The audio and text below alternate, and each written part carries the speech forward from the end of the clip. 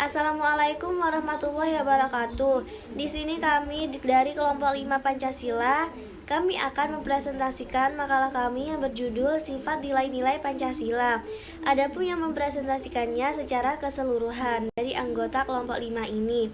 Yang pertama yang akan mempresentasikan yaitu Zuhro Nafisatul Hasanah, yang kedua Humairah, yang ketiga Ihwanun Izulhaq, yang keempat Nur Ihsan Aditama, dan yang terakhir Muhammad Labib Al-Barizi. Adapun pembahasan dari makalah kelompok kami ada 3 pembahasan, yaitu yang pertama nilai subjektif dan nilai objektif Pancasila, yang kedua nilai dasar dan nilai instrumental dalam Pancasila, dan yang ketiga nilai praksis Pancasila. Baiklah, untuk pembahasan yang pertama akan dipresentasikan oleh saya sendiri yang bernama Zuhro Nafisatul Hasanah. Di sini saya akan mempresentasikan pembahasan yang pertama, yaitu mengenai nilai objektif dan nilai subjektif Pancasila. Pada hakikatnya Pancasila adalah suatu sistem yang setiap bagiannya saling berhubungan, saling bekerja untuk tujuan tertentu, dan secara menyeluruh adalah satu kesatuan yang utuh. Satu sila ke sila lainnya tidak dapat dipisahkan, karena mereka itu saling berkaitan, bekerja sama mencapai masyarakat Indonesia yang adil dan makmur. Pancasila memiliki nilai objektif dan nilai subjektif. Nilai subjektif Pancasila artinya nilai-nilai tersebut adalah hasil pemikiran bangsa Indonesia sendiri sepanjang sejarahnya. Sedangkan nilai objektif Pancasila artinya nilai-nilai yang ada dalam Pancasila diakui kebenarannya dan keadilannya oleh bangsa-bangsa lain di dunia ini. Rincian-rincian dari nilai-nilai subjektif Pancasila. 1. Nilai-nilai Pancasila timbul dari bangsa Indonesia sebagai hasil penilaian dan hasil pemikiran bangsa. 2. Nilai-nilai Pancasila merupakan pandangan hidup bangsa Indonesia. 3. Nilai-nilai Pancasila mengandung 7 nilai kerohanian, yaitu nilai kebenaran, keadilan, kebaikan, kebijaksanaan, etis, estetis, dan religius yang perwujudannya sesuai dengan kepribadian bangsa Indonesia. Nilai-nilai objektif Pancasila seperti 1. Rumusan sila-sila Pancasila menunjukkan adanya sifat abstrak, umum, serta universal. 2. Nilai-nilai Pancasila terkait dengan hidup kemanusiaan yang mutlak antara manusia dengan Tuhan, antara manusia dengan manusia lainnya, dan antara manusia dengan lingkungannya. 3.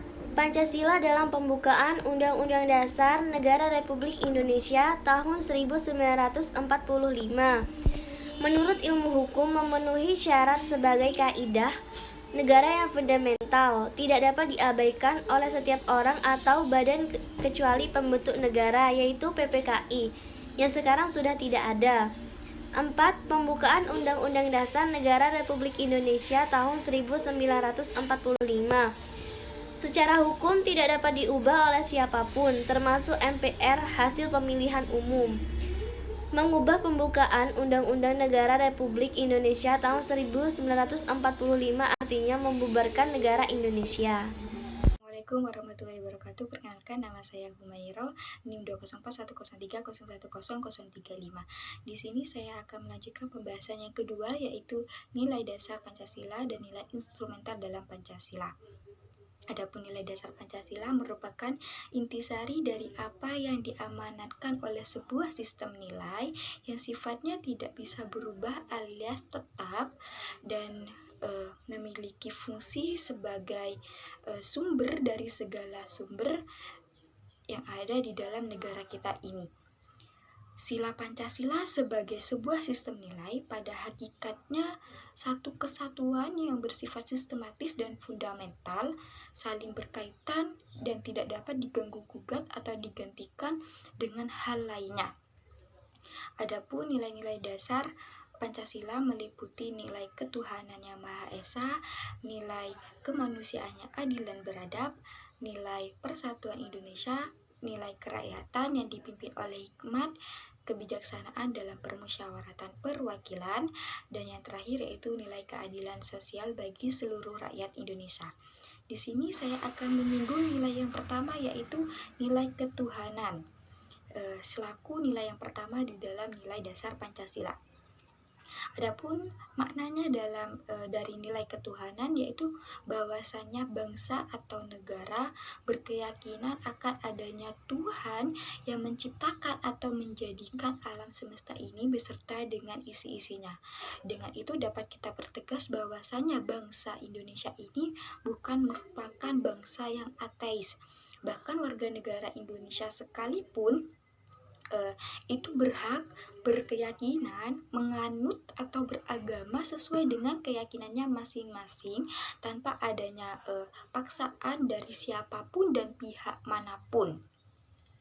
Di dalam sila yang pertama ini kita diajarkan bagaimana hubungan kita dengan pencipta atau Tuhan, hubungan manusia dengan sesamanya, serta yang paling penting yaitu hubungan negara dengan agamanya atau sebaliknya agama dengan negaranya.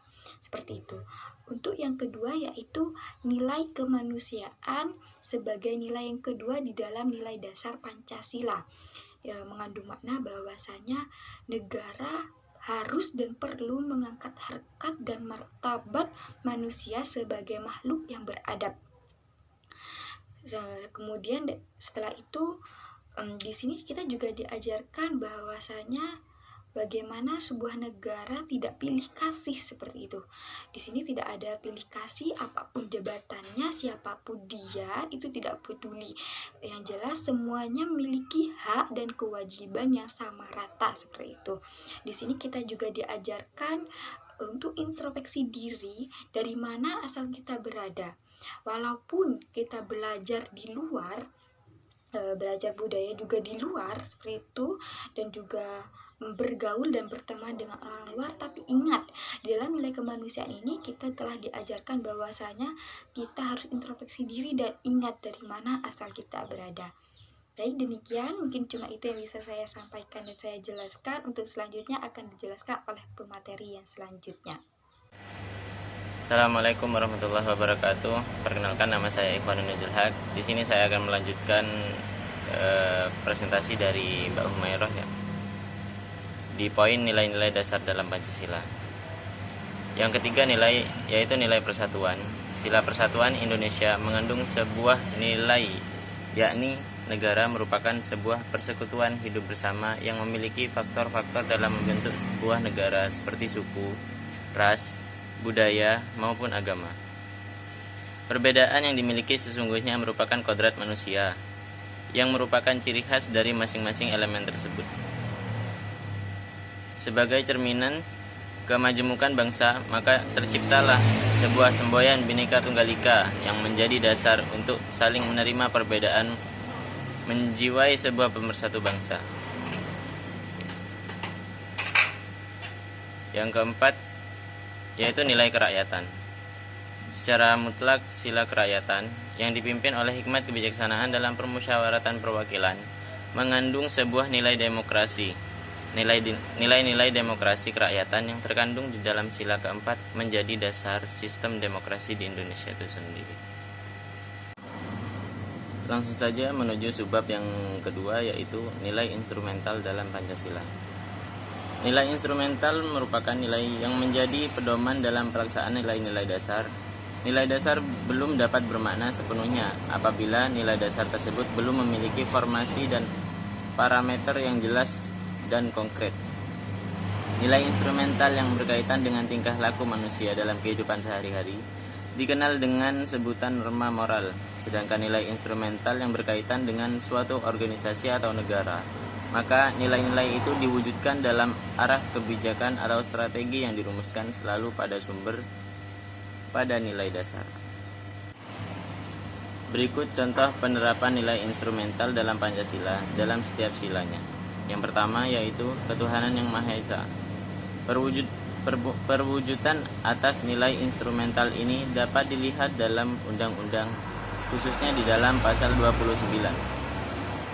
Pasal ini memberikan penegasan jika Indonesia merupakan negara yang memberikan kebebasan kepada tiap warga negaranya untuk memeluk dan menjalankan agama sesuai yang diinginkan. Yang kedua, yaitu kemanusiaan yang adil dan beradab. Suatu tindakan yang bisa dikatakan sebagian nilai instrumental pada sila kedua Pancasila terdapat pada pasal 28.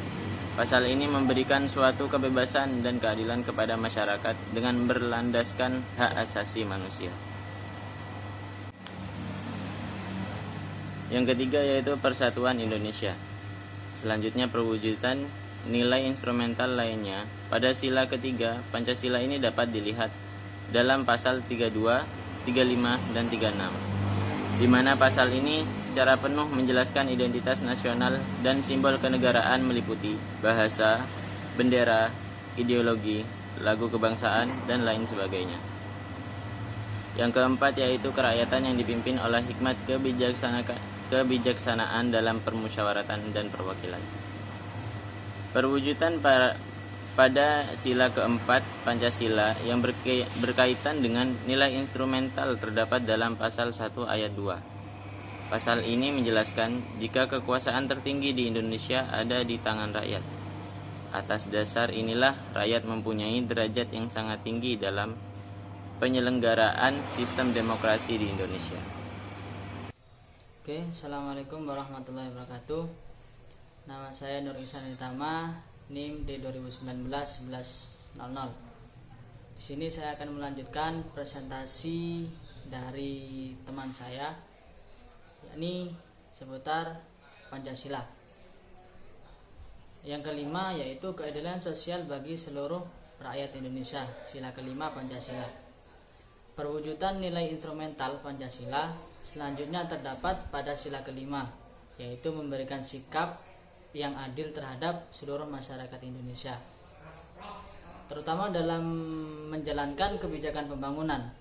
Di dalamnya pemerintah mampu memberikan pemerataan terhadap semua golongan, seperti yang tercantum pada pasal 33. Pasal ini secara tegas menjelaskan bahwa kekayaan sumber daya alam yang ada di Indonesia itu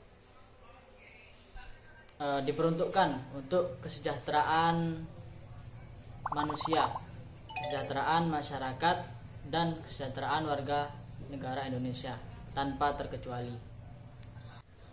Kemudian nilai praksis Pancasila.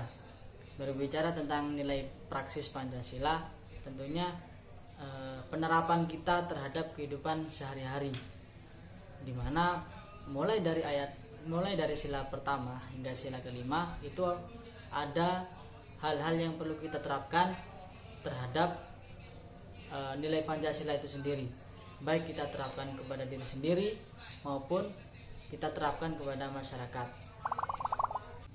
Sebenarnya apa sih nilai-nilai praksis Pancasila dan sikap-sikap kita untuk menerapkan di kehidupan kita masing-masing?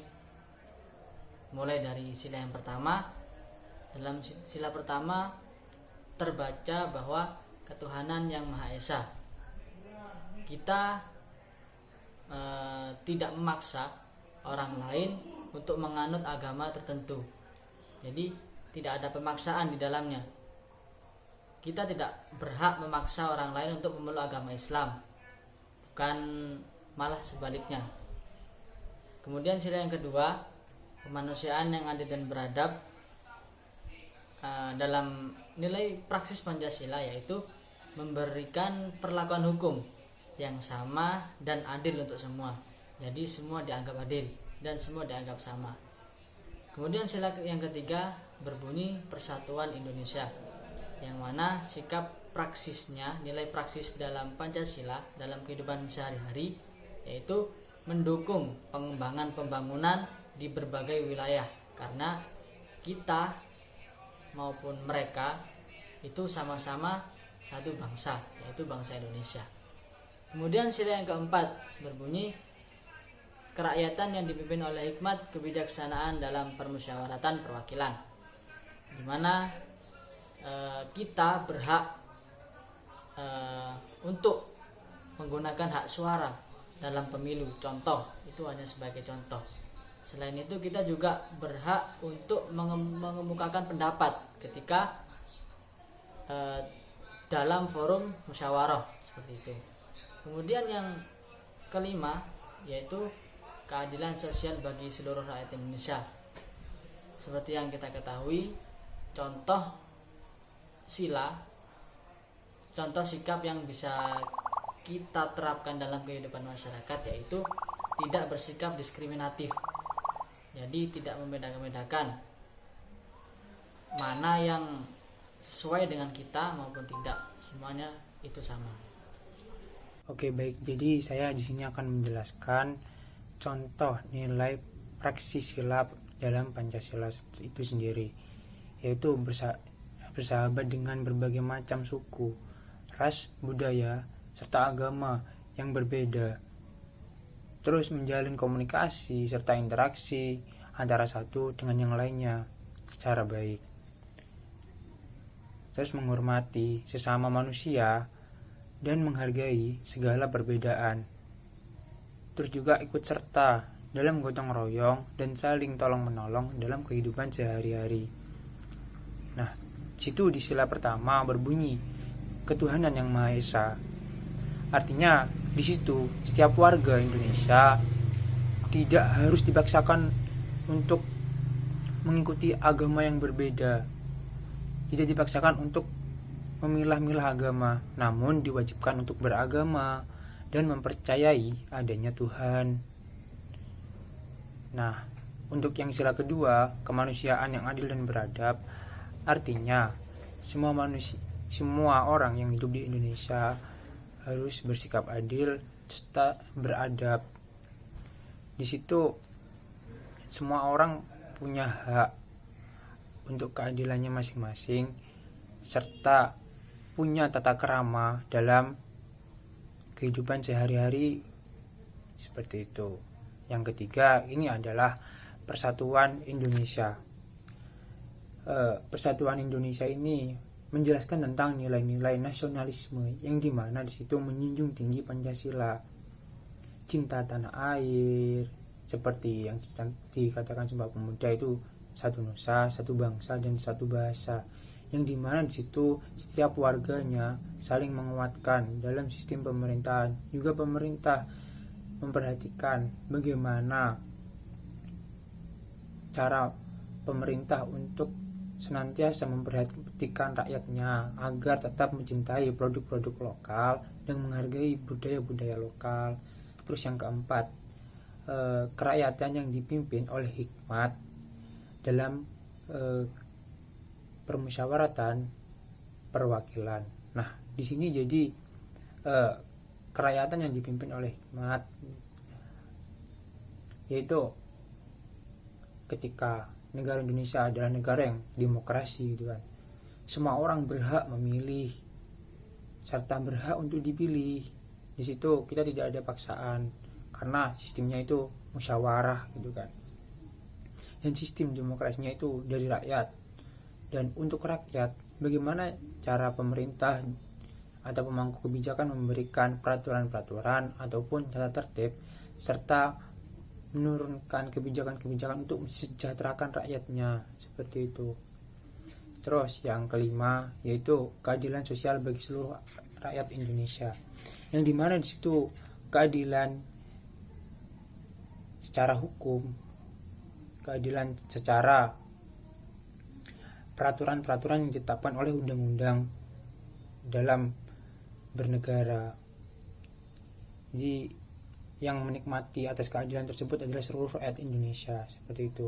Semua dapat menjalankan kewajibannya dan dapat menerima haknya sesuai dengan tupoksinya masing-masing. Ya, mungkin itu saya sendiri, bukan. Dan sistem demokrasinya itu dari rakyat. Dan untuk rakyat, bagaimana cara pemerintah atau pemangku kebijakan memberikan peraturan-peraturan ataupun tata tertib serta menurunkan kebijakan-kebijakan untuk mensejahterakan rakyatnya seperti itu. Terus yang kelima yaitu keadilan sosial bagi seluruh rakyat Indonesia, yang dimana di situ keadilan secara hukum, keadilan secara peraturan-peraturan yang ditetapkan oleh undang-undang dalam bernegara. Jadi yang menikmati atas keadilan tersebut adalah seluruh rakyat Indonesia, seperti itu. Semua dapat menjalankan kewajibannya dan dapat menerima haknya sesuai dengan tupoksinya masing-masing. Ya, mungkin itu saya sendiri. Terima kasih atas perhatiannya untuk kawan-kawan yang sudah menonton video presentasi kelompok 5 ini. Kurang lebihnya mohon maaf apabila ada kesalahan dalam presentasi kami. Demikian akhir presentasi kami, semoga bermanfaat untuk kawan-kawan semua. Semoga apa yang kami sampaikan dapat bermanfaat dan dapat dimengerti serta memahami dalam presentasi kelompok kami. Terima kasih. Wassalamualaikum warahmatullahi wabarakatuh.